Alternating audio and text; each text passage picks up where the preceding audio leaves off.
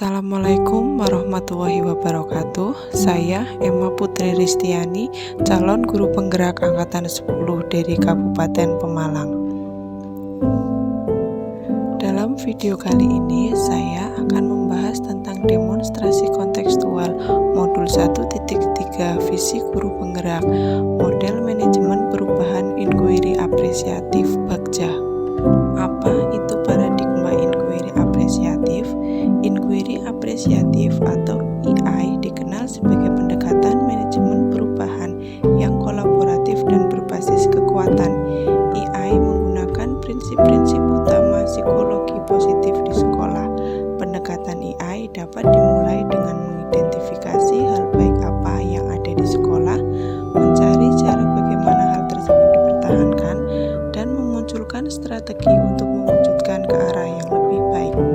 Tahapan Bagja dalam inquiry apresiatif. Yang pertama, B. Buat pertanyaan umum. Yang kedua, A. Ambil pelajaran. Yang ketiga, G. Gali mimpi bersama. Yang keempat, C. Jabarkan rencana. Dan yang terakhir, A. Atur eksekusi. Berikut ini visi guru penggerak yang saya buat adalah terwujudnya iman, takwa kepada Tuhan Yang Maha Esa dan berakhlak mulia, berkebinekaan global dan bergotong royong. Untuk mewujudkan visi saya tersebut, maka saya membuat prakarsa perubahan, yaitu menuntun peserta didik yang beriman dan berakhlak mulia. Adapun tahapan Bagja yang saya buat adalah sebagai berikut.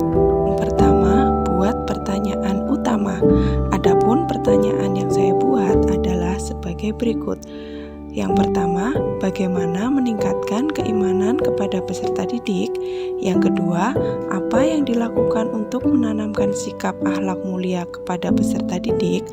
Adapun tindakan atau penyelidikan yang saya buat antara lain, yang pertama, mengajak kepala sekolah untuk berdiskusi terkait pentingnya keimanan dan sikap akhlak mulia pada peserta didik. Yang kedua, berdiskusi dengan rekan sejawat.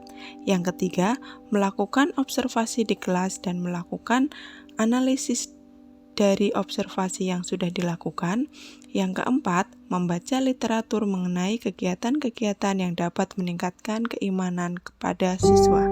Yang kedua, ambil pelajaran.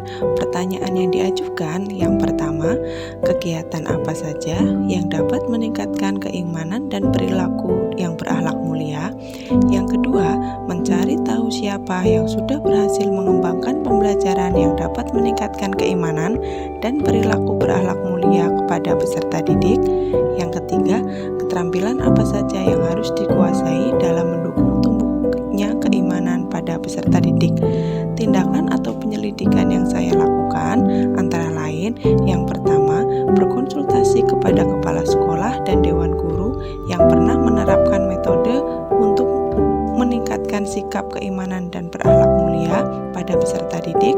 Yang kedua, mengumpulkan fakta dari beberapa orang yang berhasil meningkatkan keimanan dan sikap akhlak mulia pada siswanya. Dan yang ketiga, mengidentifikasi keterampilan-keterampilan yang dibutuhkan seorang guru dalam meningkatkan keimanan kepada siswanya. Yang ketiga, gali mimpi.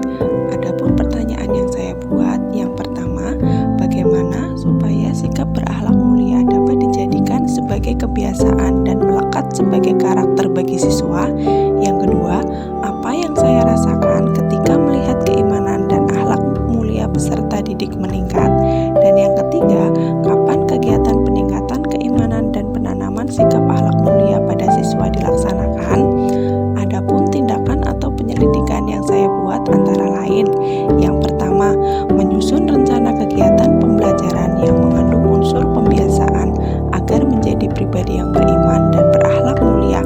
Seperti peribahasa, anak akan tumbuh pada apa yang dibiasakan orang tua kepadanya.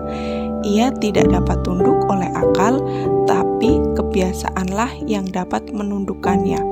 Yang kedua, menjadikan kelas dan lingkungan sekolah yang damai, harmonis, siswa yang santun dan karakter akhlak mulia. Dan yang ketiga, setiap hari pada saat kegiatan pembelajaran maupun di luar pembelajaran. Yang keempat, jabarkan rencana. Adapun pertanyaan yang saya buat, yang pertama, apa langkah kegiatan yang biasa dilakukan untuk meningkatkan keimanan dan sikap berakhlak mulia pada siswa? Yang kedua, bagaimana cara mengukur kebiasaan peningkatan kegiatan tersebut? Yang ketiga, berapa lama target yang dibutuhkan untuk melakukan rencana kegiatan ini? Adapun tindakan atau penyelidikan yang saya ajukan antara lain, yang pertama, menyusun program-program yang direncanakan dalam rangka pengembangan atau pembiasaan siswa sehari-hari, baik dalam pengamalan ajaran-ajaran agama maupun nilai-nilai moral dan etika universal. Yang kedua, membangun komunikasi yang harmonis antara guru, orang tua, siswa, dan masyarakat dalam rangka mewujudkan kultur akhlak mulia di kalangan siswa. Yang ketiga, mencatat hasil kemajuan perilaku sikap peserta didik. Dan yang keempat, membuat catatan khusus target yang akan dicapai. Kelima adalah atur eksekusi.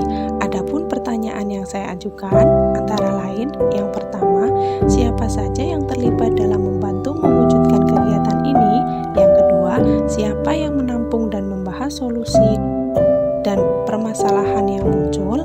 Yang ketiga, bagaimana cara menjaga agar program kegiatan baik yang sudah dilaksanakan dapat bertahan dan berkelanjutan? Adapun tindakan atau penyelidikan yang saya ajukan antara lain, yang pertama, semua warga sekolah dan orang tua wali murid. Yang kedua, berkoordinasi dengan kepala sekolah dan melakukan kerjasama dengan guru lain agar melakukan hal yang sama. Dan yang ketiga, mencatat hal yang baik dan mengevaluasinya. Demikian rancangan tindakan perubahan berdasarkan tahapan Bagja. Semoga dapat membawa perubahan ke arah yang lebih baik dengan berpihak kepada murid. Terima kasih. Wassalamualaikum.